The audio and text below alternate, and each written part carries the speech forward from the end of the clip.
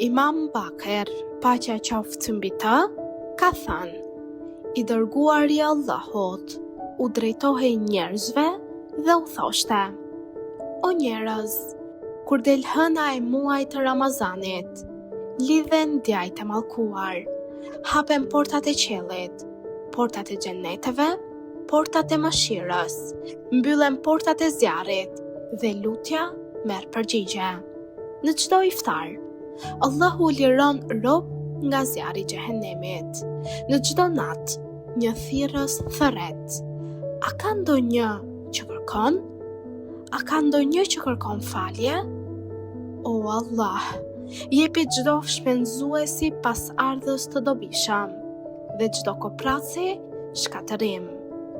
Kur lind hëna e Shevalit, u thuhet besimtarve: Shkoni e merrni dhuratat tuaja, sepse kjo është dita e dhuratave.